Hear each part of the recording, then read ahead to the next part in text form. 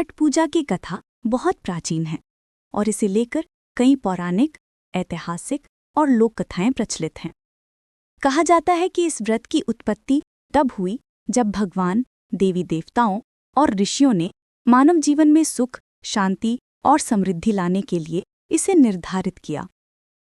इस कथा में मुख्य पात्र हैं सूर्यदेव और छठी मैया, जिनकी कृपा से परिवार में सुख, शांति, स्वास्थ्य और संतान सुख आता है।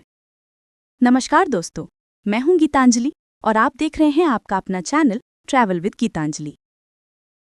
कहा जाता है कि महाभारत और रामायण काल में छठ व्रत का पालन किया जाता था। जब भगवान राम अपने 14 वर्ष के वनवास से लौटे, तब माता सीता ने सूर्यदेव की आराधना की और इस व्रत का पालन किया। सूर्यदेव, जो जीवन और ऊर्जा का स्रोत हैं, कि भक्ति से केवल घर में सुख और समृद्धि ही नहीं आती, बल्कि मन और आत्मा भी पवित्र होती है। और एक प्रसिद्ध कथा राजा प्रियव्रत और रानी मालिनी से जुड़ी है। राजा और रानी को संतान की प्राप्ति नहीं हुई थी। उन्होंने हर देवता की पूजा और अनेक यज्ञ किए, लेकिन कोई फल नहीं मिला। रानी बहुत दुखी हुई और उन्होंने जंगल में तपस्या करने का निर्णय लिया। वह नदी के किनारे गईं और पूरे मन से सूर्य और छठी मैया की भक्ति करने लगीं। जंगल में तपस्या करते हुए रानी ने देखा कि उन्हें एक तेजस्विनी देवी ने दर्शन दिए। देवी ने कहा, यदि तुम मेरी सच्ची भक्ति करोगी और 4 दिन का व्रत रखोगी तो तुम्हारे घर में संतान की खुशी लौट आएगी। रानी ने उस वचन को मन में रखकर व्रत प्रारंभ किया। वह पूरे 4 दिन निर्जला उपवास रखती, नदी में स्नान करती, सूर्य को अर्घ्य देती और अपनी भक्ति में लीन रहती। तीसरे दिन जब उसने सूर्य को अर्घ्य दिया तो उसकी संतान जीवित हुई। यही घटना आज भी छठ व्रत के पालन की प्रेरणा है।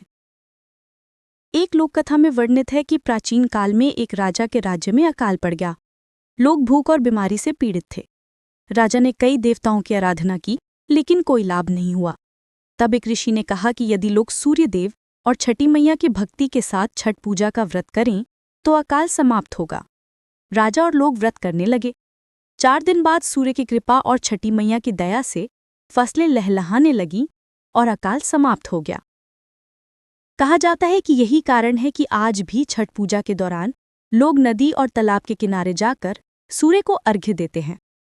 इस प्रक्रिया में न केवल उनकी भक्ति प्रदर्शित होती है, बल्कि यह सामूहिक आस्था और विश्वास का भी प्रतीक बन जाता है। इसलिए कहा जाता है कि छठ पूजा केवल संतान सुख ही नहीं देती, बल्कि यह व्रत करने वाले घर में सुख, शांति और स्वास्थ्य भी लाती है। कई लोक कथाओं में बताया गया है कि जो व्यक्ति छठ व्रत श्रद्धा और भक्ति के साथ करता है, उसका जीवन संकट मुक्त और समृद्ध होता है। इसे केवल स्त्रियां ही नहीं, बल्कि पुरुष भी कर सकते हैं। तो दोस्तों, आप सबको छठ पूजा की ढेर सारी शुभकामनाएं। तो मिलते हैं अगली वीडियो में आपके अपने चैनल ट्रैवल विद गीतांजलि पे ही किसी और नई जानकारी के साथ।